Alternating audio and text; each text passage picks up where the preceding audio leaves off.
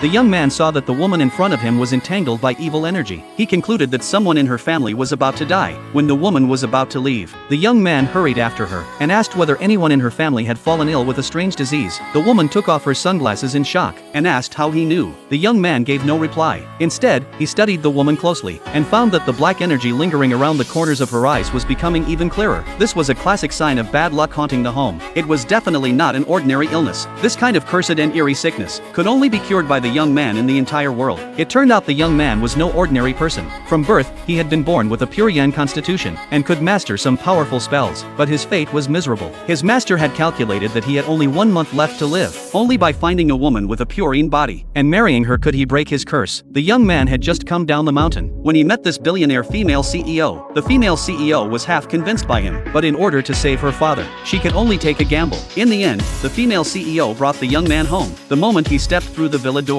the young man's entire body suddenly stiffened. A bone-chilling cold instantly wrapped around him. He immediately activated his heavenly vision and found a massive evil energy deep inside the villa. Anyone living here would definitely not live long. As he followed the female CEO upstairs, a fake divine doctor was performing rituals around the sickbed. Lying on the bed was the chairman of the Lu Group. He was the female CEO's father. A month earlier, the chairman had suddenly become afraid of light and sleepy, and his spirit had grown weaker by the day. By now, he had already fallen into a deep coma. His breathing was as faint as a thread, and he could stop breathing at any moment. The divine doctor diagnosed the chairman with cold evil invading his body, and decided to use pure yang fire to roast away the cold at the center of his forehead. The young man immediately stopped him, and said the chairman did not have cold evil invading his body, but rather too much dampness, since water and fire cannot coexist. Using blazing pure yang fire to roast a body soaked with dampness